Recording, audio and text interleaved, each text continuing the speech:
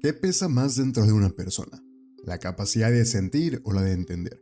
Hay gente capaz de leer una habitación en segundos, detectar una mentira con un gesto, reconstruir un crimen a partir de una mota de polvo, y aún así, fracasar cuando alguien le dice, necesito que me escuches.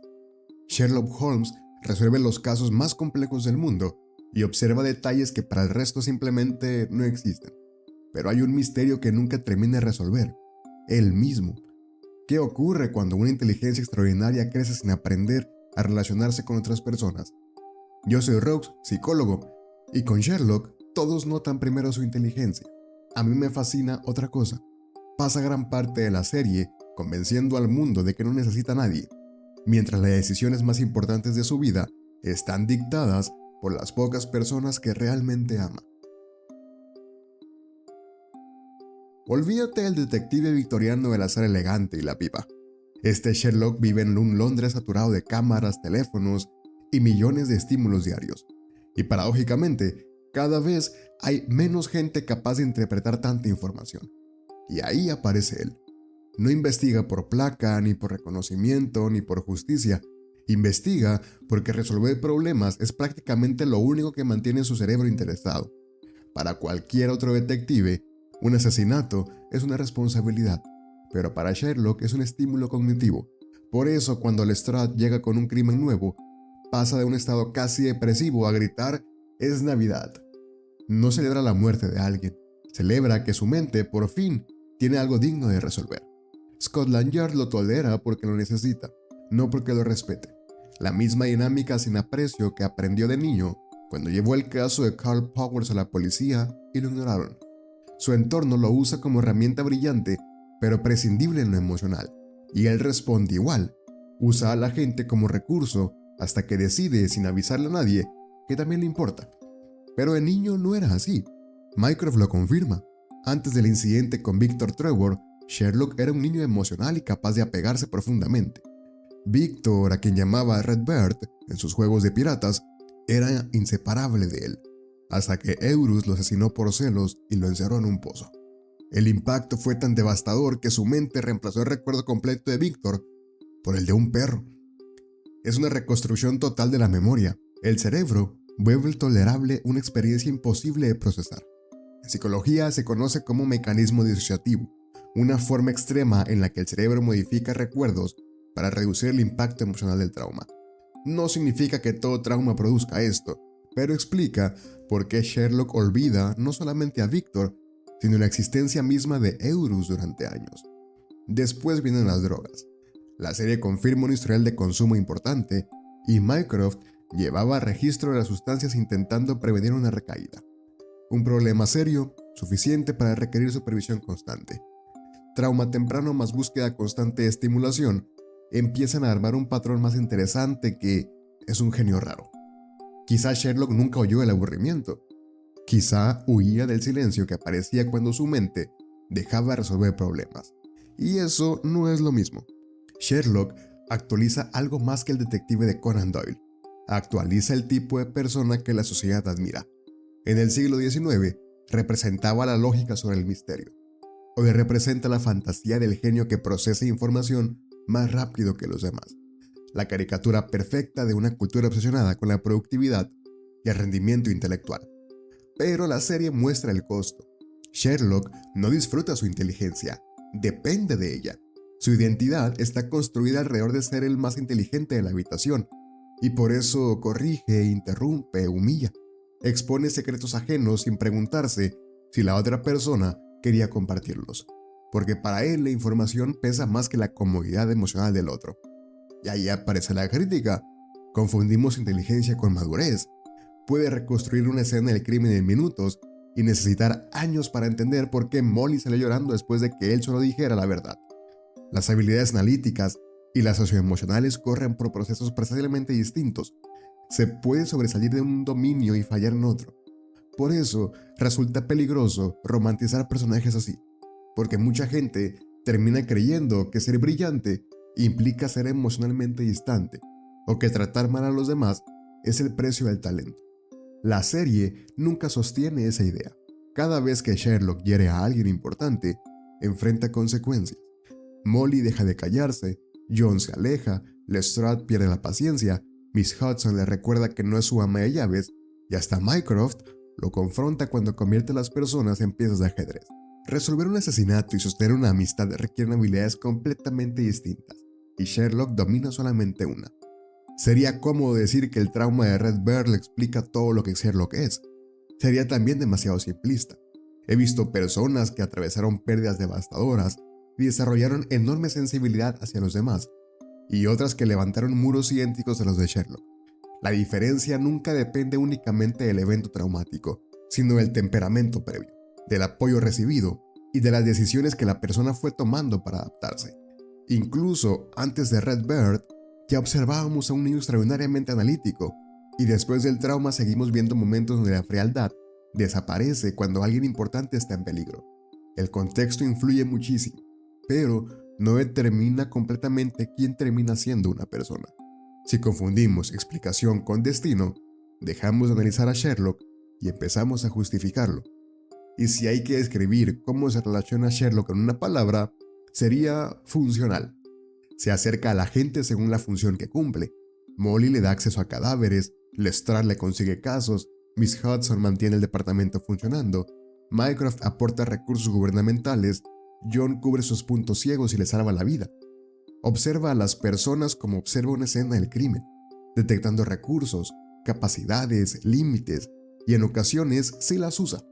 Coquetea con Molly sin intención romántica para acceder a cadáveres, le droga el café a John para probar una hipótesis, engaña a Janine para acercarse a Magnussen. Cuando pierde un argumento, identifica la necesidad emocional del otro y la explota con precisión quirúrgica, una maniobra de manipulación instrumental clásica. Pero cuando esas mismas personas están en peligro, deja de comportarse como alguien puramente utilitario y asume riesgos que no le aportan nada. Se lanza contra terroristas para rescatar a un amigo, se infiltra en otro país para salvar a Irene Adler, se expone frente a Moriarty para proteger a 3 personas específicas. En psicología damos mucho más peso a lo que alguien hace repetidamente que a la etiqueta con la que decide describirse. Y esa brecha entre discurso y conducta es uno de los ejes más importantes. John Watson es la relación central, y no por ser su compañero de casos, sino porque representa algo que a Sherlock casi nadie le ha dado: aceptación. Hace sus deducciones sobre John esperando el rechazo de siempre, y John responde con fascinación. La gente normalmente me dice que me vaya al demonio, admite Sherlock, una frase que revela a alguien acostumbrado al abandono. Con John, el patrón se rompe, se esfuerza como nadie más, se disculpa cuando lo hiere. Cuando finge su muerte no lo hace por su reputación, sino porque mientras siga vivo públicamente, Moriarty puede matar a John, Lestrade y Miss Hudson. Sacrifica su vida por personas concretas, no por un ideal abstracto. Esa lista corta de vulnerabilidades que Moriarty identifica, John, Miss Hudson, Lestrade, no habla de un hombre sin apego, sino de alguien que aprendió que el apego es peligroso y lo dosifica al mínimo. Con Molly, el patrón cambia con el tiempo. Al principio la instrumentaliza sin culpa, sabe que está enamorada y aprovecha el sentimiento. Pero cuando lo humilla deduciendo en público que lo ama, ella lo confronta y Sherlock se disculpa. Las disculpas espontáneas exigen tomar perspectiva emocional. Más adelante le dice: tú sí me importas, y en su palacio mental, ella aparece como una figura de seguridad, no de una distracción. Su empatía ahí no está ausente, está mal calibrada en la expresión y perfectamente intacta en la percepción. Cuando le dice que su novio es gay para ahorrarle tiempo, hay una lógica empática real, defectuosa en la ejecución social, pero no en la intención. Hay una falla de expresión afectativa, no de percepción afectiva. La diferencia que va a separar rasgo de trastorno más adelante. Con Miss Hudson pasa años tratándola casi como parte del mobiliario, hasta que un agente estadounidense la golpea. Sherlock lo inmoviliza, lo arroja por una ventana, pierde la cuenta de cuántas veces y remata con humor negro. Un estadounidense golpeó a Miss Hudson. Estoy restaurando el equilibrio del universo. Nadie restaura el equilibrio del universo por alguien que le resulta indiferente. Con Lestrade, construye confianza mutua, se burla de él, lo corrige, pero siempre responde cuando pide ayuda. El detalle que marca el cambio de relación es simple. Pasa temporadas llamándolo solo por apellido, y cuando finalmente usa su primer nombre, Greg, la serie está señalando que dejó de ser algo exclusivamente profesional. Con Anderson y Donovan, en cambio, No se molesta en disimular el desprecio porque no los necesita, para nada, más que información de campo. Con Mycroft, la relación es familiar y compleja. Compiten, se insultan, se espían y basta con que uno esté en peligro real para que desaparezca toda la hostilidad. Los dos procesan el mundo mediante patrones y tienen enormes dificultades para expresar afecto directamente. Mycroft lo controló mediante el deber institucional, Sherlock mediante la búsqueda constante de estímulos. Cuando Mycroft intenta sacrificarse en el episodio del problema final, Sherlock sabe que miente, no porque deduzca mejor, sino porque conoce a su hermano, y eso ya no viene de la inteligencia, viene del vínculo. Irene Adler es la relación más malinterpretada. No le impresiona la inteligencia de Sherlock, la disfruta, lo desestabiliza, lo obliga a enfrentar la incertidumbre emocional que normalmente evita. Cuando cree que ha muerto, entra en depresión evidente y Mycroft teme una recaída en drogas. Luego descubrimos que arriesgó su vida para rescatarla en secreto. No lo hace por un experimento intelectual. Irene atravesó una barrera que casi nadie había cruzado, y eso resulta incómodo para alguien convencido de que las emociones solamente estorban. Sherlock divide la empatía en dos componentes: la cognitiva, entender lo que otro piensa o siente sin compartirlo, y la afectiva, experimentar una respuesta emocional ante el sufrimiento ajeno. La suya es cognitiva extraordinaria y afectiva mal expresada. Cuando conoce a John, no solo detecta que estuvo en Afganistán, detecta que su cojera tiene un componente psicosomático, comprensión que exige entender procesos psicológicos complejos. Cuando convence a un potencial suicida de no saltar, no apela a discursos emotivos, sino que entiende exactamente qué necesita escuchar a esa persona en ese momento. El problema nunca es identificar la emoción del otro, es escoger el peor momento posible para demostrarlo. Otro patrón notable es que Sherlock no expresa afecto con palabras, lo expresa con conductas. No le dice a Miss Hudson que la aprecia, golpea a quien la agredió. No le dice a John que lo ama como amigo, finge su muerte para mantenerlo vivo. No le dice a Irene que le importa, cruza medio mundo para rescatarla. Demuestra afecto mediante acciones orientadas a proteger, un estilo típico de quien creció aprendiendo que la vulnerabilidad era más peligrosa que actuar. Sus famosos ejercicios mentales imaginando formas de asesinar a sus amigos suenan un tanto perturbadoras, pero no hay evidencia de que disfrute la idea de lastimarlos. Disfruta resolver problemas hipotéticos, el equivalente extremo de un ajedrecista simulando jugadas. Pensar un escenario no implica desear ejecutarlo, y cada vez que esas personas están realmente en riesgo, hace todo lo posible por mantenerlas con vida. Confundir contenido mental con intención conductual es uno de los errores más comunes en el análisis de personajes así. Lo importante siempre es qué hace la persona con esos pensamientos, y Sherlock responde protegiendo a esas personas. Insiste en decir que no tiene corazón porque aceptar lo contrario implica aceptar que las personas importantes se pueden perder. Victor desapareció. Eurus fue borrada de su memoria. John casi muere varias veces. Moriarty y Magnussen convierten sus vínculos en un arma. No es extraño que concluya que sentir es un riesgo. El problema es que su propia conducta demuestra una y otra vez que nunca consigue dejar de hacerlo. Esa batalla interna, más que la ausencia de empatía, es el verdadero conflicto del personaje. El entorno no lo produce ni lo desafía de forma limpia, lo refuerza en direcciones opuestas al mismo tiempo. Scotland Yard premia la eficiencia sobre el vínculo y refuerza la máscara de frialdad. John, Miss Hudson y eventualmente Molly refuerzan lo contrario. Cada caso resuelto funciona como refuerzo positivo. Cualquier consecuencia que aumenta la probabilidad de que una conducta se repita. Y Sherlock obtiene admiración, acceso, estimulación, prestigio. Pero las mismas habilidades que lo hacen brillante deterioran sus relaciones. Su sinceridad hiere. Su necesidad de demostrar superioridad genera conflicto. El ambiente también castiga, pero el beneficio inmediato de resolver un caso resulta más poderoso que las consecuencias negativas. Y ahí aparece el motor más silencioso del personaje. Su entorno no solo premia su inteligencia, también le permite evitar aquello que más trabajo le cuesta, la intimidad emocional. Mientras haya un caso, no hace falta hablar de lo que siente. Sherlock no cambia en la superficie, sigue siendo sarcástico al final de la serie, brillante, impulsivo, socialmente torpe. El cambio ocurre en aquello que decide hacer con su inteligencia.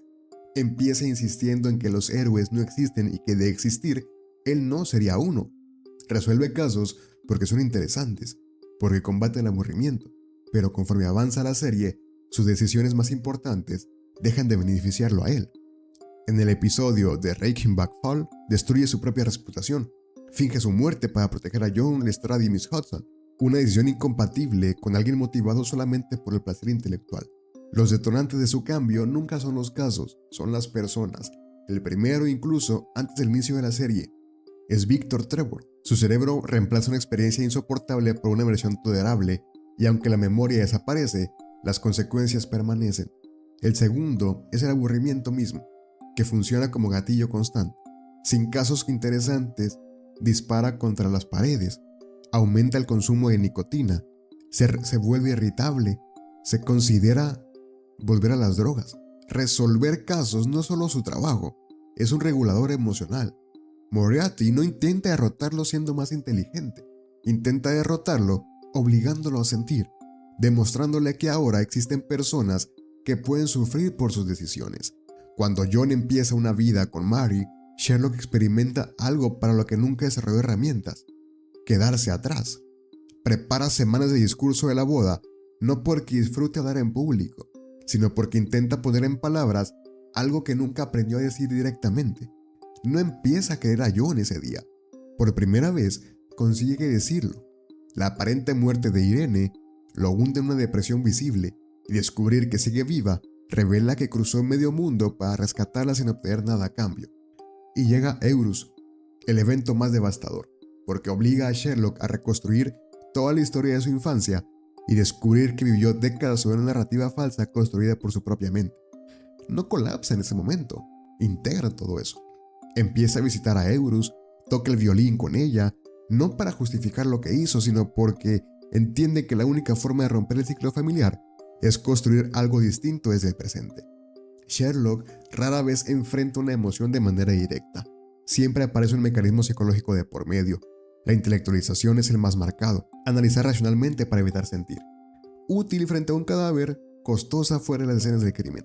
El humor, específicamente el sarcasmo, convierte lo emocionalmente incómodo en broma para recuperar el control de la interacción. Y la evitación emocional lo empuja hacia un caso, un experimento, un violín, cualquier cosa que le permita salir del terreno afectivo. Lo interesante es que estos mecanismos se flexibilizan con el tiempo. El Sherlock de la primera temporada jamás habría dado el discurso de la boda, ni pedido perdón espontáneo a Molly, ni visitado voluntariamente a Eurus. Sigue intelectualizando, pero aprende que no todo puede resolverse mediante la inteligencia, y en términos clínicos, esa flexibilidad suele indicar mejor adaptación psicológica, porque no elimina la dificultad, sino que desarrolla alternativas. Su máscara dice que no tiene emociones, pero sus acciones dicen lo contrario. Un patrón antisocial severo implicaría falta persistente de empatía, remordimiento y preocupación por los demás. Y Sherlock la rompe constantemente arriesgando su vida por John, protegiendo a Miss Hudson, rescatando a Irene, preocupándose por Molly. La pregunta correcta ya no es si tiene emociones, sino por qué necesita convencer a todos, incluso a sí mismo, de que no las tiene.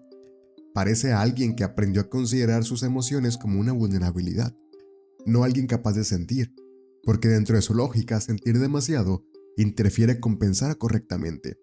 Pero una persona no puede eliminar una parte de sí misma, solo declarando que no existe.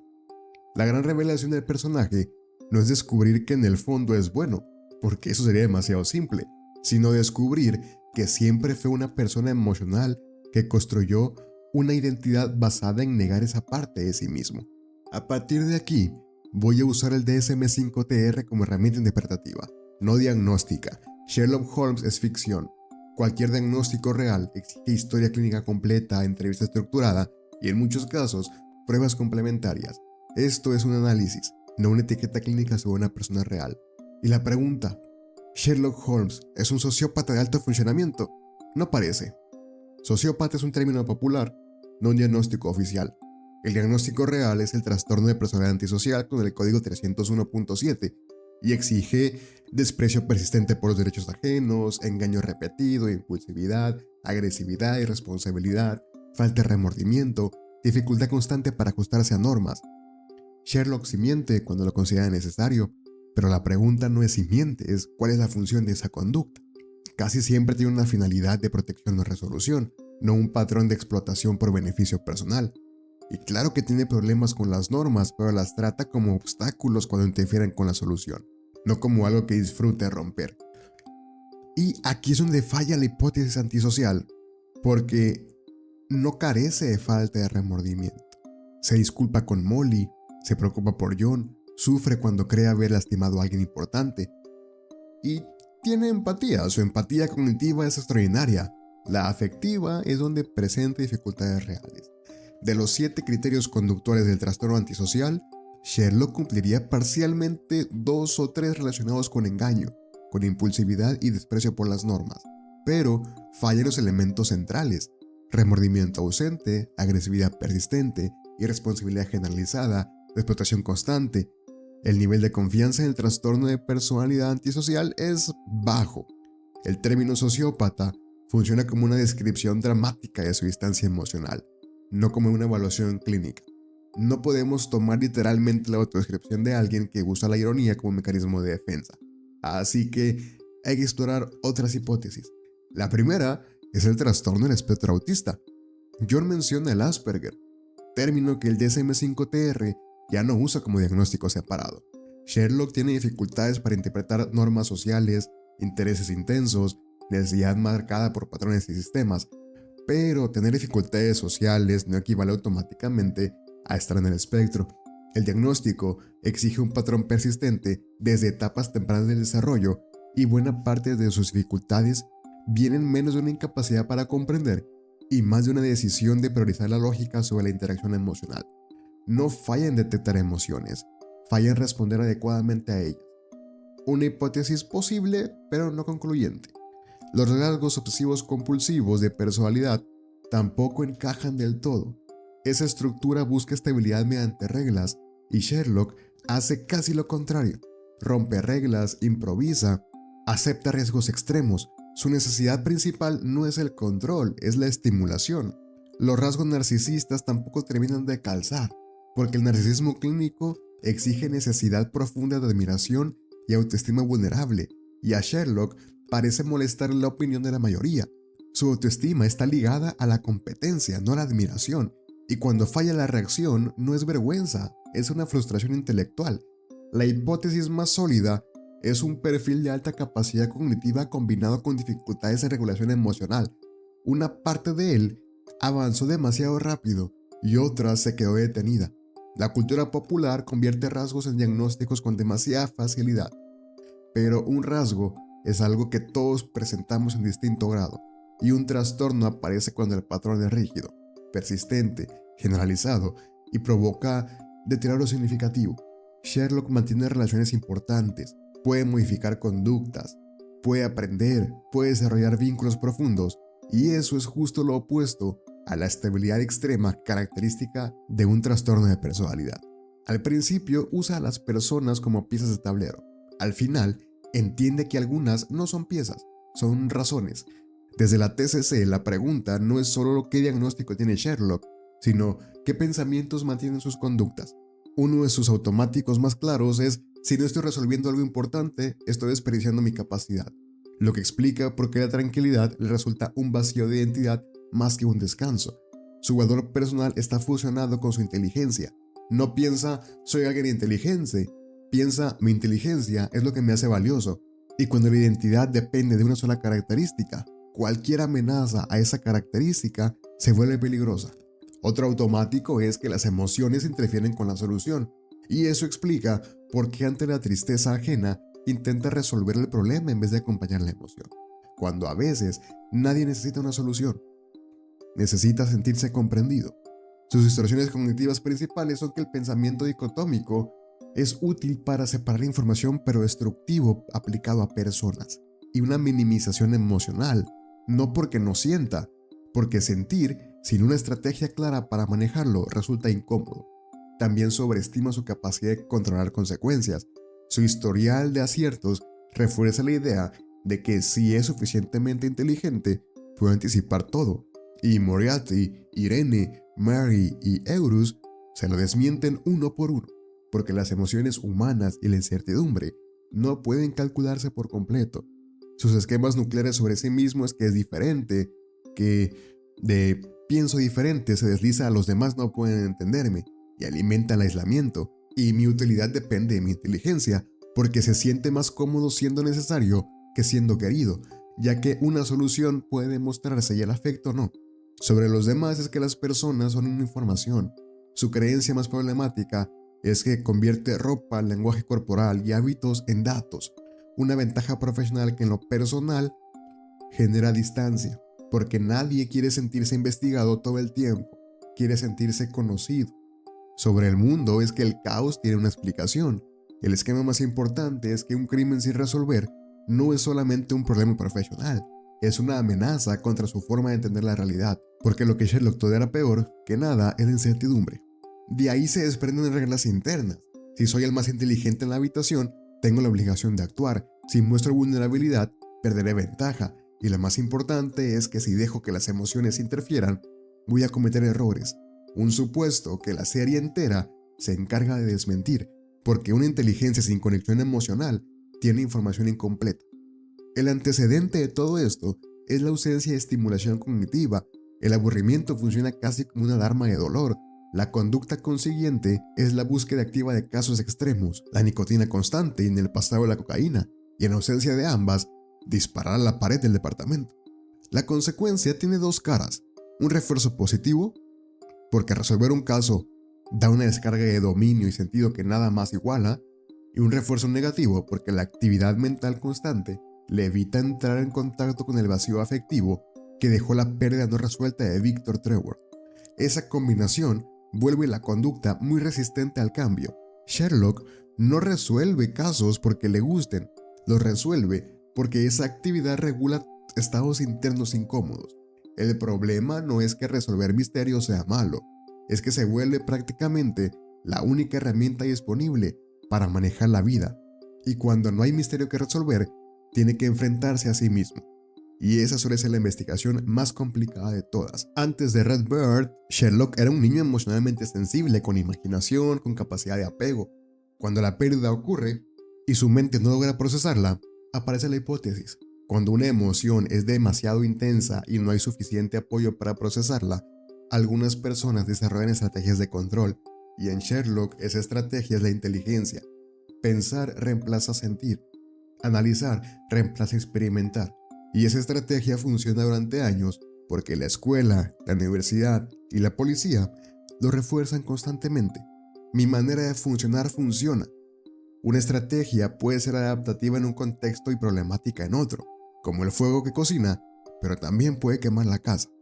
Si intentamos interpretar su estilo de vinculación, muestra características compatibles con un patrón evitativo, minimizar necesidades emocionales y mantener distancia como forma de protección, sin que eso borre los sentimientos.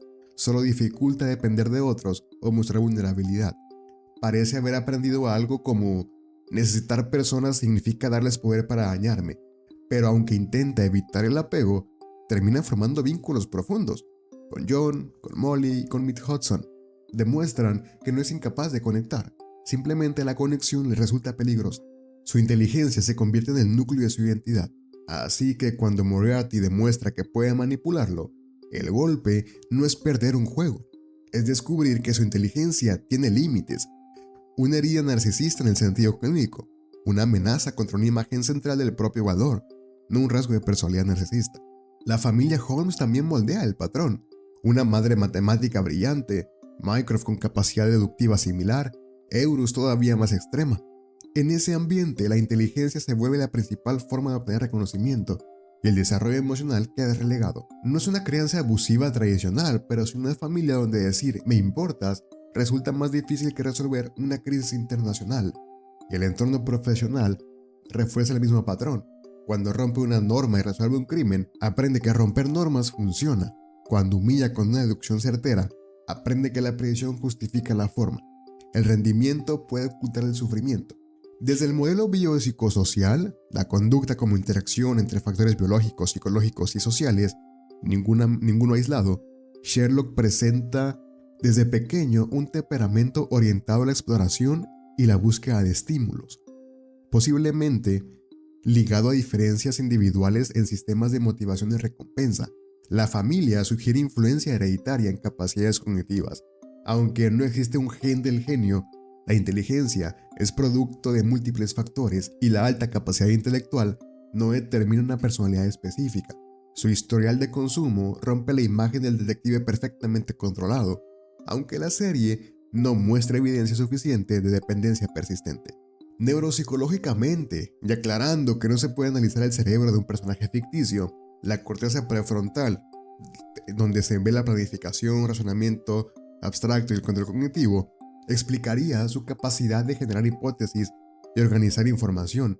El palacio mental con exageración narrativa en la memoria asociativa, pero una corteza prefrontal desarrollada no implica inteligencia emocional. Resolver problemas externos y regular experiencias internas son habilidades distintas. La amígdala, implicada en la detección de amenazas y aprendizaje emocional, sugiere que en Sherlock no hay ausencia de respuesta emocional, sino una regulación particular. Siente intensamente e intenta controlarlo mediante pensamiento lógico. Su búsqueda de casos complejos podría relacionarse con circuitos de recompensa dopaminérgicos, necesitando niveles cada vez mayores de estimulación para sentir satisfacción, lo que explica por qué la rutina le resulta insoportable. Pero correlación no es causación. No existe un neurotransmisor que convierta a alguien en Sherlock Holmes, y la neuroplasticidad explica su cambio no como un cerebro que muta mágicamente, sino como experiencias y decisiones que modifican cómo utiliza sus capacidades. No hay evidencia suficiente para un trastorno de personalidad antisocial, ni se puede afirmar autismo únicamente por sus características sociales. El perfil más sólido combina inteligencia excepcional, alta necesidad de estimulación cognitiva, dificultades de regulación emocional, tendencia a la intelectualización, rasgos evitativos de apego, un trauma no completamente integrado y una evolución progresiva hacia la conexión interpersonal. Sherlock queda atrapado buena parte de la serie en esquemas tipo mi valor depende de mi inteligencia, estrategias que funcionan a corto plazo y cobran factura a largo plazo. Evitar la vulnerabilidad también evita la intimidad. Controlar cada variable también impide disfrutar lo impredecible. Ese es el conflicto central del personaje.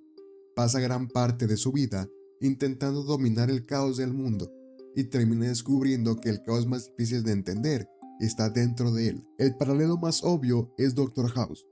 Ambos brillantes, sarcásticos, con dificultades para expresar afecto y una relación complicada con sustancias y aburrimiento. Pero House usa su inteligencia para demostrar que tiene razón y Sherlock para resolver problemas. House tiene un patrón consistente de autosabotaje relacional, pero Sherlock logra sostener vínculos que perduran. Si te interesa, el análisis completo de House ya está en el canal. Patrick Jane comparte la lectura psicológica como herramienta, pero construye su personalidad alrededor del encanto y la manipulación social. Mientras Sherlock rara vez busca caer bien, Jane entiende las emociones porque estudia a las personas.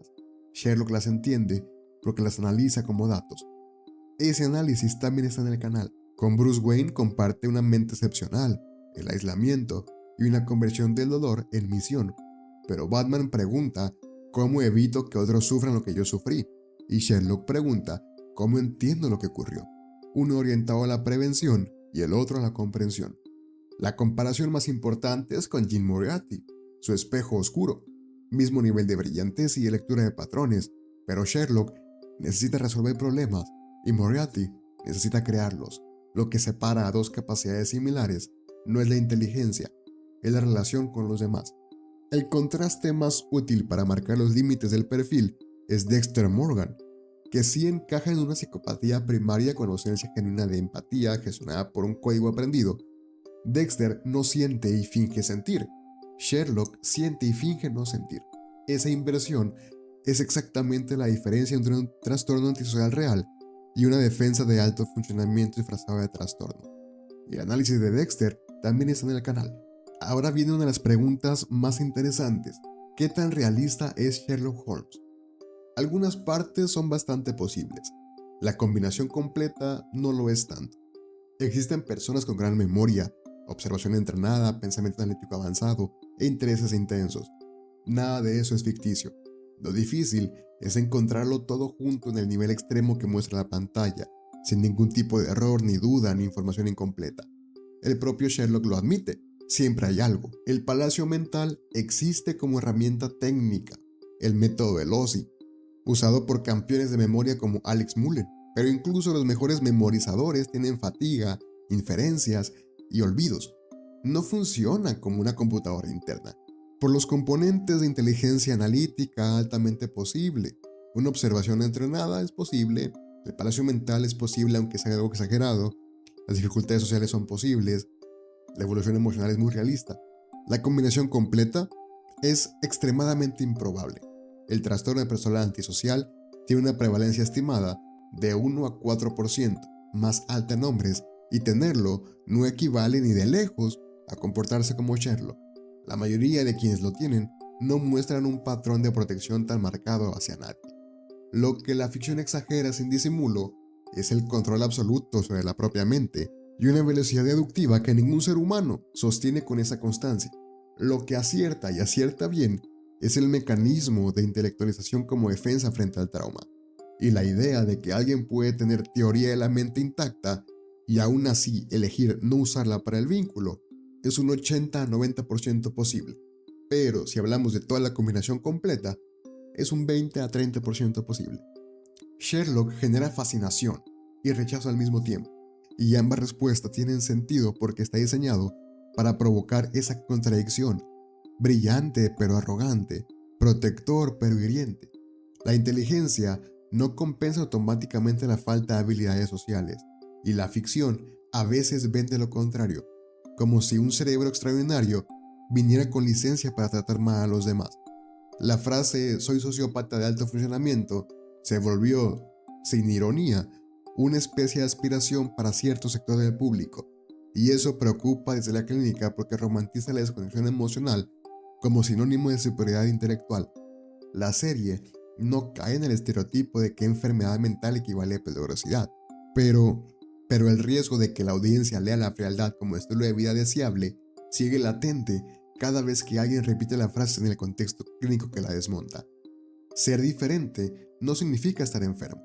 Una persona puede ser reservada, tener intereses intensos, preferir la lógica sobre la emoción, y eso no implica automáticamente una condición clínica. El problema aparece cuando esas características generan sufrimiento significativo o deterioran la vida diaria. Sherlock es una persona ficticia, construida con múltiples rasgos psicológicos, no un simple genio con autismo, ni un simple sociópata brillante. Y el personaje funciona tantos años después porque representa la fantasía de que existe alguien capaz de encontrar orden dentro del caos. Sherlock Holmes fascina y preocupa a partes iguales. Fascina una mente capaz de conectar información a niveles extraordinarios, y me preocupa el riesgo de romantizar el aislamiento como superioridad, la arrogancia como parte inevitable del talento, la autosuficiencia como fortaleza. Y no funciona así. Se puede ser independiente sin estar aislado, inteligente sin despreciar a otros, tener dificultades sociales sin convertirlas en identidad permanente. La verdadera evolución de Sherlock no ocurre cuando aprende más sobre crímenes, ocurre cuando aprende que las personas no son problemas que resolver, son personas. Y ahí aparece la pregunta central: ¿dónde termina el trauma y dónde empieza la elección? Realmente es difícil decirlo con exactitud, pero la evidencia apunta a que ambas cosas coexisten. El trauma pone el material, la elección de mantener a la gente a distancia se repite y se refuerza sola con cada caso resuelto. Se puede entender su frialdad sin justificarla como virtud y admirar su capacidad sin ignorar el costo. Una intervención temprana, alguien que hubiera procesado con él la pérdida de Víctor en lugar de dejar que la reescribiera solo, probablemente hubiera cambiado el curso de todo esto. Ese es el tipo de factor protector que en la vida real sí está a nuestro alcance, mucho antes de que alguien tenga que reescribir su propia historia para sobrevivirla. Y curiosamente, lo que termina salvándolo no es la inteligencia, es la conexión con otro. Entonces, Sherlock Holmes es un sociópata de alto funcionamiento. La evidencia apunta a que no. ¿Es autista entonces? Hay elementos compatibles, pero no suficientes para afirmarlo. Lo que encontramos es un hombre con una mente extraordinaria, una gran dificultad para manejar su mundo emocional y una necesidad profunda de conexión que intenta esconder detrás de lógica, sarcasmo e inteligencia. Sherlock no es peligroso por ser frío, sino por ser brillante y no entender durante mucho tiempo el impacto que tiene sobre los demás. Pero también es un aliado extraordinario por la misma razón. Cuando decide que alguien importa, no existe casi nada que pueda detenerlo. Y quizá esa sea la contradicción más interesante del personaje. El hombre que dice no tener corazón termina demostrando una y otra vez que siempre tuvo uno. Si este análisis te hizo ver a Sherlock Holmes de una manera diferente, dale like y suscríbete, porque hay varios más como este esperándote aquí en el canal. Si ya eres miembro, tienes acceso anticipado a los videos y contenido exclusivo de True Crime que no subo al canal público. Y hasta aquí el video de hoy. Muchas gracias por estar aquí una semana más. No olviden seguirme en todas mis redes sociales. Yo soy Rox y nos vemos en el próximo video. Bye.